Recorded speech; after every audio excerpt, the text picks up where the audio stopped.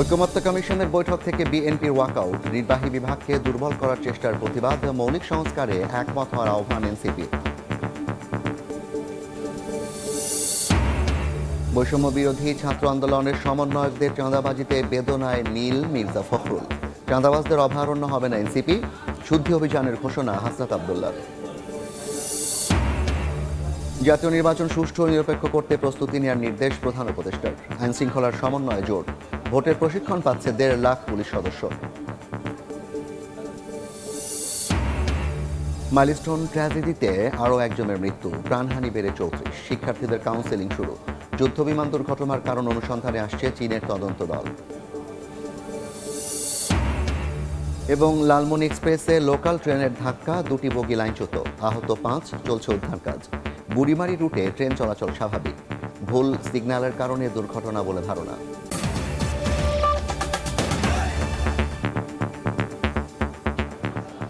জনপদের সময়ের সঙ্গে আছি আমি জাফর সাদিক। উত্তপ্ত আলোচনার টেবিল, বিএনপির ওয়াকআউট, ফায়ার অ্যালার্মের সাইরেন। রাজনৈতিক দলগুলোর সঙ্গে ঐকমত্য কমিশনের 20তম দিনের সংলাপে দেখা গেছে এমন সব নাটকীয়তা।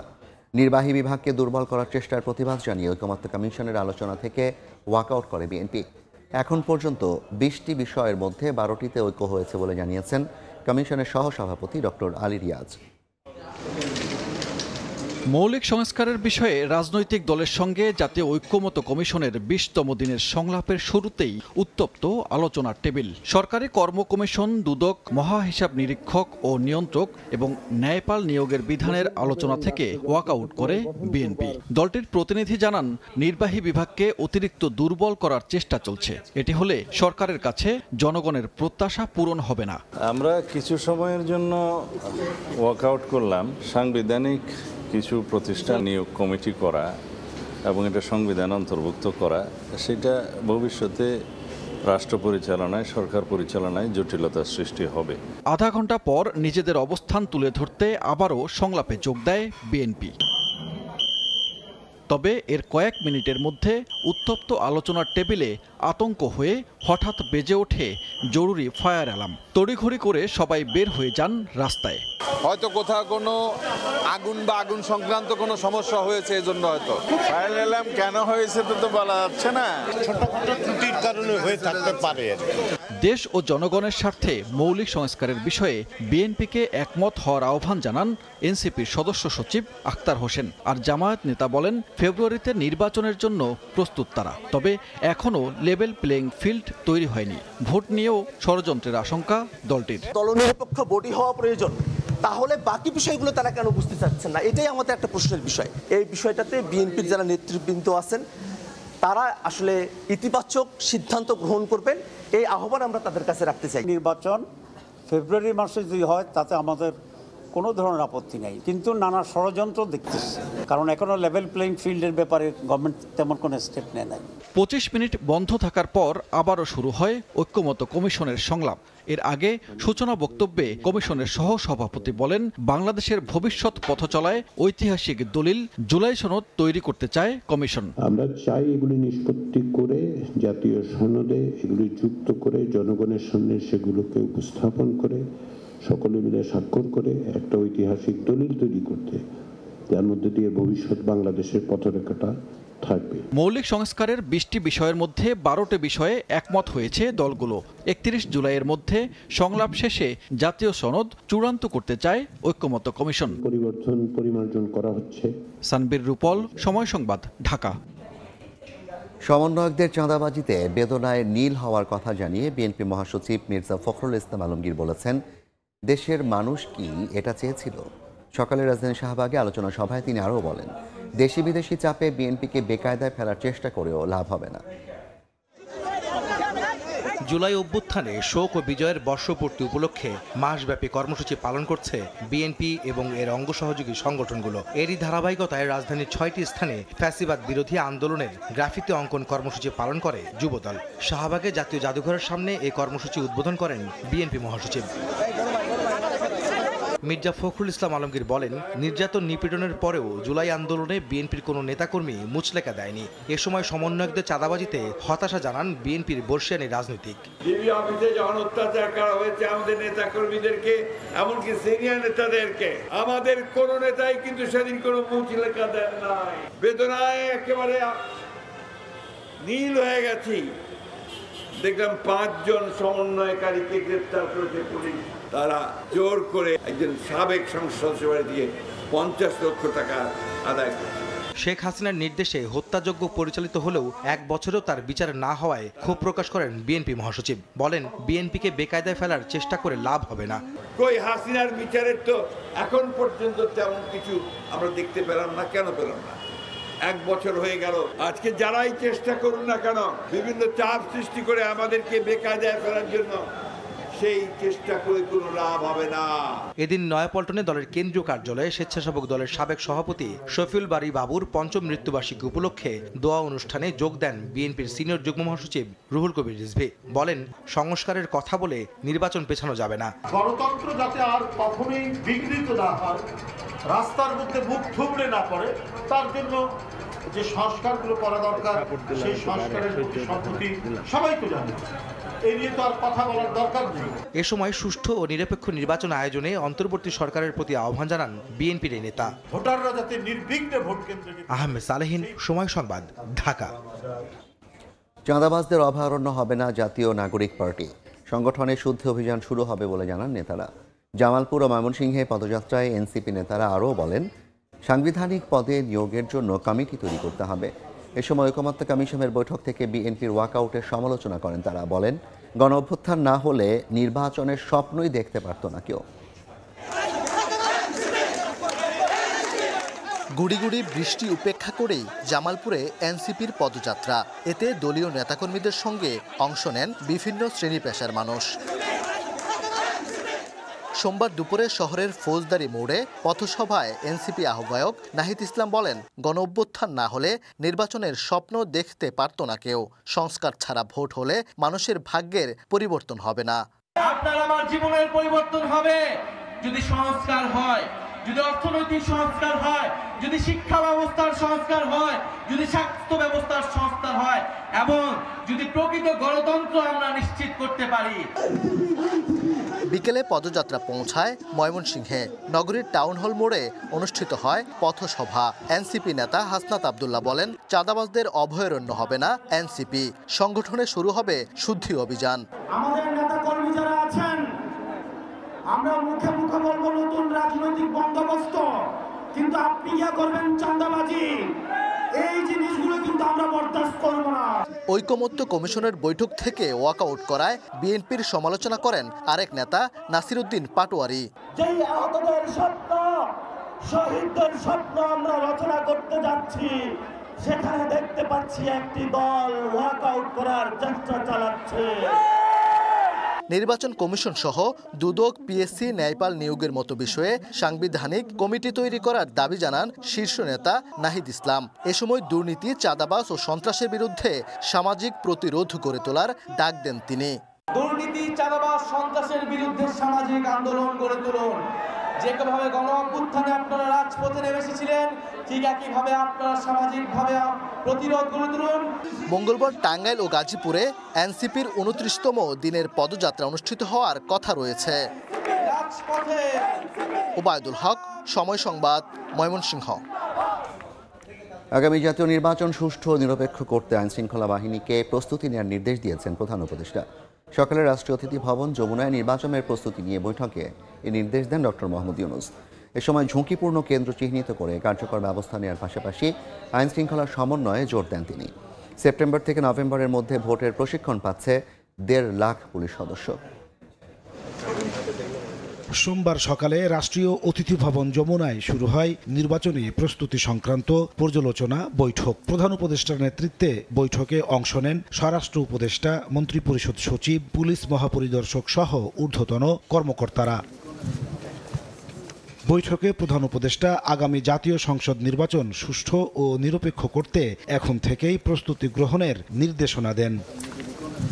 বৈঠকের বিস্তারিত জানাতে ফরেন সার্ভিস একাডেমিতে সাংবাদিকদের সামনে হাজির হন প্রেস সচিব। জানান, নির্বাচন সুষ্ঠু করতে পুলিশ, সেনাবাহিনী ও স্থানীয় প্রশাসনের সঙ্গে সমন্বয় বাড়াতে নির্দেশনা দিয়েছেন প্রধান উপদেষ্টা। নির্বাচনে স্ট্রাইকিং ফোর্স হিসেবে সেনাবাহিনী মোতায়েন থাকবে। ভোটের আগে প্রশাসনে হবে প্রয়োজনীয় রদবদল। আর্মি, পুলিশ এবং গ্রাসরুটের যে লোকাল অ্যাডমিনিস্ট্রেশন, এদের মধ্যে কোঅর্ডিনেশন বাড়ানোর কথা বারবার জোর দিয়ে বলা হয়েছে এবং এই কোঅর্ডিনেশনটা লোকাল লেভেলে এবং এটা একটা ন্যাশনাল লেভেলে, দুইটা জায়গায় খুব দ্রুততার সাথে এটা কোঅর্ডিনেশন বাড়ানোর বিষয়ে জোরদার করে বলা হয়েছে। এদিকে সচিবালয়ে আইন শৃঙ্খলা সংক্রান্ত কোর কমিটির বৈঠক শেষে স্বরাষ্ট্র উপদেষ্টা জানান, ভোটের সময় দায়িত্ব পালন সম্পর্কে আইন শৃঙ্খলা বাহিনীর সদস্যদের ধাপে ধাপে দেয়া হবে বিশেষ প্রশিক্ষণ। পুলিশের যে ট্রেনিং, এটা আমরা অগাস্ট মাস থেকে শুরু করব। এক ব্যাচ যাবে, আরেক ব্যাচ আছে ইলেকশনের আগ পর্যন্ত। চাঁদাবাজ যেই হোক, ছাড় দেওয়া হবে না বলেও হুঁশিয়ারি দেন স্বরাষ্ট্র উপদেষ্টা। নাজমুস মুস্তালেহি, সময় সংবাদ, ঢাকা। জনপদের সময় আরও থাকছে। ভারী বৃষ্টিতে চট্টগ্রাম ও বরিশালে জলাবদ্ধতা, ঢেউয়ের আঘাতে লন্ডভন্ড কক্সবাজারের মেরিন ড্রাইভ সড়ক, 3 কিলোমিটার এলাকায় তীব্র ভাঙন, বন্ধ যান চলাচল। মাইলস্টোন ট্র্যাজেডিতে নিভে গেল ক্ষুদে শিক্ষার্থী সাহিল ফারাবী আয়ানের জীবনও। বারবার সংশোধনের পর সরকারি হিসাবে প্রাণহানির সংখ্যা দাঁড়ালো 34 জনের। বিভিন্ন হাসপাতালে চিকিৎসাধীন আছেন 45 জন। এর মধ্যে বার্ন ইনস্টিটিউটে ভর্তি 33 জনের মধ্যে 27 জনই শিশু। এর মধ্যে 3 জনের অবস্থা সংকটাপন্ন এবং গুরুতর অবস্থা 9 জনের। দগ্ধদের চিকিৎসায় দুপুরে জরুরি পর্যালোচনা ও মূল্যায়ন সভা করে বার্ন ইনস্টিটিউট।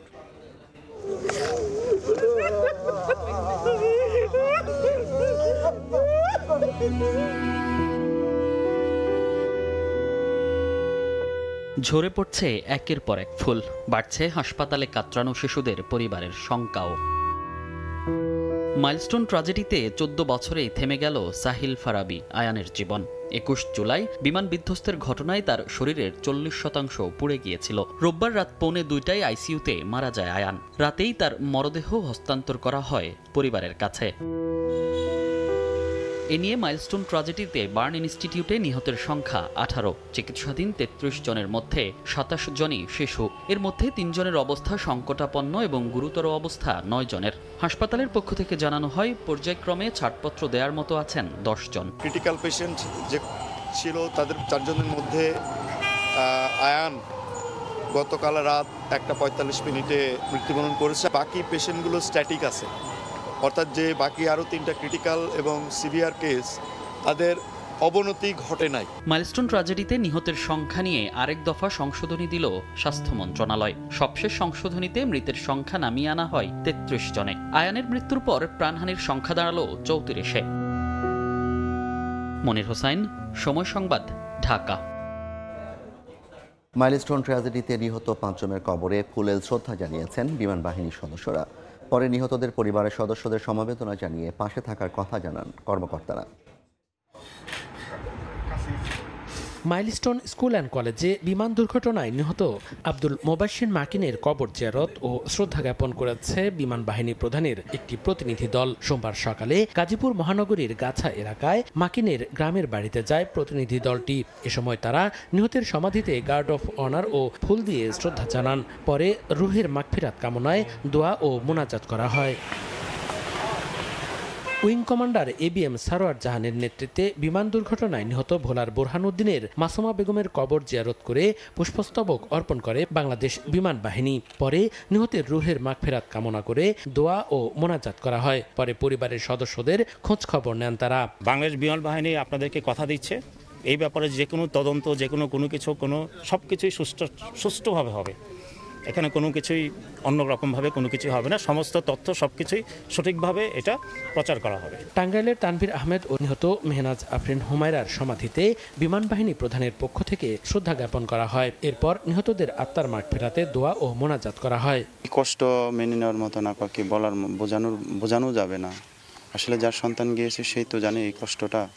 তো এখন তো আসলে কিছু করার নেই, দেশবাসীর কাছে দোয়া চাই শুধু। বিমান দুর্ঘটনায় নিহত পার্বত্য জেলার রাঙামাটির উক্কাসাইন মারমার গ্রামের বাড়ি কিউদংপাড়ায় যান বিমান বাহিনীর আরেকটি প্রতিনিধি দল। এ সময় উক্কাসাইন মারমার শ্মশানে ফুল দিয়ে শ্রদ্ধা জানায় দলটি। সমবেদনা জানানো হয় পরিবারের সদস্যদের।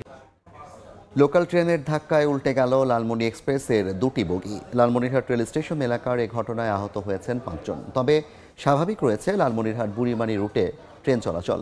ভুল সিগন্যালের কারণে দুর্ঘটনা বলে প্রাথমিক ধারণা রেলওয়ে কর্তৃপক্ষের। লাইনচ্যুত হয়ে উল্টে আছে ট্রেন। প্রত্যক্ষদর্শীরা জানান, সোমবার দুপুরে বুড়িমারি থেকে পার্বতীপুরগামী লোকাল ট্রেনটি লালমনিরহাট রেল স্টেশনে প্রবেশ করছিল। একই সময়ে বিডিআর গেট এলাকায় আরেকটি লাইনে ঘোরানো হচ্ছিল লালমনি এক্সপ্রেস ট্রেনটি। সে সময় হঠাৎই লোকাল ট্রেনটি লালমনি এক্সপ্রেসকে সজোরে ধাক্কা দেয়। এতে দুটি বগি লাইনচ্যুত হয়। আহত হন অন্তত 5 জন। বিকট শব্দে পুরো এলাকায় ছড়িয়ে পড়ে আতঙ্ক।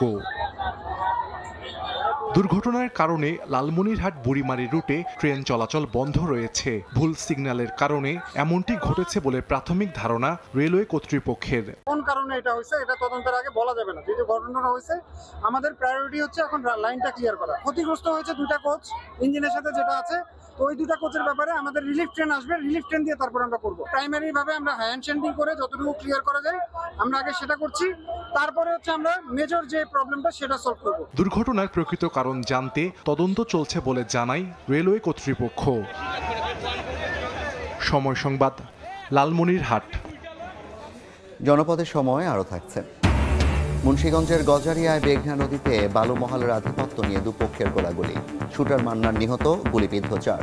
জড়িতদের ধরতে মাঠে পুলিশ। ভারী বৃষ্টিতে চট্টগ্রাম ও বরিশালের নিচু এলাকায় সৃষ্টি হয়েছে জলাবদ্ধতা। এতে চরম ভোগান্তিতে নগরবাসী।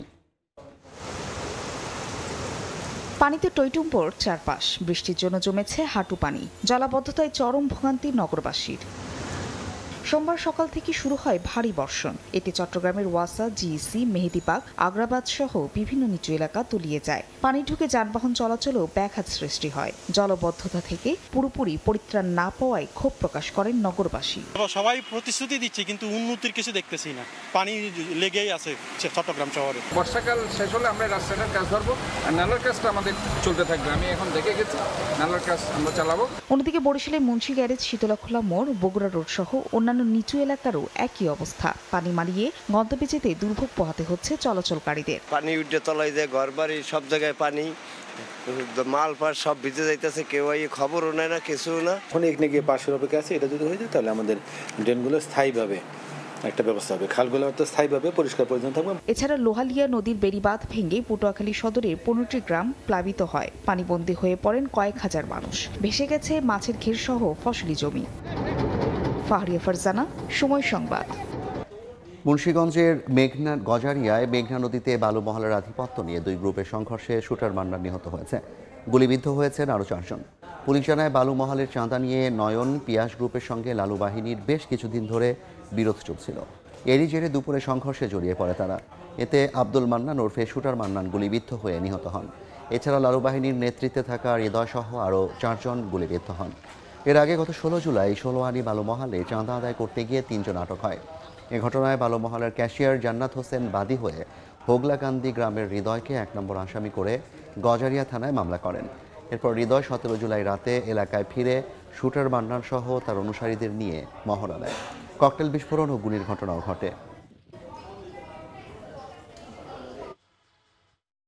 লালু জায়গায় জায়গাতে চাঁদা উঠায়, মানুষের কাছ থেকে টাকা পয়সা লয়, তো ওইটা বিরোধিতা করতো। গরিব মানুষের টাকা উঠাইতে মনে করেন যে এই সমস্ত গরিব মানুষের থেকে চাঁদা উঠানোটা তো এটা অনৈতিক, এগুলো অনেক কথাবার্তা দিত। ওই কারণে আস্তে আস্তে মানে কোনখানে গেলে ও যায় দাঁড়ায় যে এদের কাছ থেকে কিছু করতে পারবো না, এই কারণে ওরা মনে করেন কোথাও থেকে টাকা নিতে পারে না। চট্টগ্রামে বিভিন্ন দেশের বৈদেশিক মুদ্রা সহ এক যাত্রীকে গ্রেফতার করা হয়েছে। সকালে শাহ আমানত আন্তর্জাতিক বিমানবন্দরে anti hijack cabin baggage scanning পয়েন্টে চেকিংয়ের জন্য দাঁড়ান আব্দুল মজিদ। তার গতিবিধি সন্দেহভাজন হলে কাস্টমস ব্যাগেজ কাউন্টারে নিয়ে আসা হয়। এরপর ঊর্ধ্বতন কর্মকর্তাদের সামনে তল্লাশি করে বিভিন্ন দেশের 22 লাখ টাকা। রাজশাহী বিশ্ববিদ্যালয়ের কেন্দ্রীয় ছাত্র সংসদের হল সংসদ ও সিনেটের ছাত্র প্রতিনিধি নির্বাচনের তফসিল ঘোষণা করা হয়েছে। 36 বছর পর আগামী 15 সেপ্টেম্বর অনুষ্ঠিত হবে 15তম রাকসু নির্বাচনের ভোট গ্রহণ। বিকেলে বিশ্ববিদ্যালয়ের সিনিয়র ভবনের রাকসু নির্বাচনের প্রধান নির্বাচন কমিশনার অধ্যাপক আমজাদ হোসেন তফসিল ঘোষণা করেন। 31শে জুলাই প্রকাশ হবে নির্বাচনের আচরণবিধি। 6 আগস্ট হবে খসড়া ভোটার তালিকা প্রকাশ। তা চূড়ান্ত করা হবে 14 আগস্ট। 17 থেকে 19 আগস্ট বিতরণ করা হবে মনোনয়নপত্র। 31শে আগস্ট প্রকাশ করা হবে প্রার্থীদের প্রাথমিক তালিকা। 4 সেপ্টেম্বর প্রকাশ করা হবে প্রার্থীদের চূড়ান্ত তালিকা। 15 সেপ্টেম্বর সকাল 9টা থেকে বিকেল 5টা পর্যন্ত হবে ভোট গ্রহণ। জুলাই অভ্যুত্থানের পর রাকসু নির্বাচনের দাবি উঠলে গত 27 ফেব্রুয়ারি রোডম্যাপ প্রকাশ করে বিশ্ববিদ্যালয় প্রশাসন। সবশেষ 14তম রাকসু নির্বাচন হয়েছিল 1989 সালে। বিশ্ববিদ্যালয় প্রশাসন, আইন প্রয়োগকারী সংস্থা, অন্যান্য সকল সংস্থার সঙ্গে আমাদের যোগাযোগ রয়েছে। ইনশাল্লাহ ভোট গ্রহণ এবং চূড়ান্ত ফলাফল ঘোষণা পর্যন্ত আইন শৃঙ্খলা অবনতি হওয়ার কোনো ধরনের সুযোগ নাই। 15 সেপ্টেম্বর তারিখে ভোট গ্রহণের মাধ্যমে রাকসু আমাদের এই রাজশাহী বিশ্ববিদ্যালয়ের মতিহার চত্বরে যারা বসবাস করে শিক্ষার্থী তাদের হাতে আমরা ফিরিয়ে দিতে পারবো বলে এই বিশ্বাস আমাদের আছে। জনপদের সময়ের শীর্ষ সংবাদগুলো জানিয়ে দিচ্ছে আরেকবার। বৈষম্য বিরোধী ছাত্র আন্দোলনের সমন্বয়কদের চাঁদাবাজিতে বেদনায় নীল মির্জা ফখরুল। চাঁদাবাজদের অভয়ারণ্য হবেন এনসিপি, শুদ্ধ অভিযানের ঘোষণা হাসনাত আব্দুল্লাহর। জাতীয় নির্বাচন সুষ্ঠু ও নিরপেক্ষ করতে প্রস্তুতি নেওয়ার নির্দেশ প্রধান উপদেষ্টার। আইন শৃঙ্খলার সমন্বয় জোর। ভোটের প্রশিক্ষণ পাচ্ছে 1.5 লাখ পুলিশ সদস্য। এবং মাইলস্টোন ট্র্যাজেডিতে আরও একজনের মৃত্যু, প্রাণহানি বেড়ে 34। শিক্ষার্থীদের কাউন্সেলিং শুরু। যুদ্ধবিমান দুর্ঘটনার কারণ অনুসন্ধানে আসছে চীনের তদন্ত দল।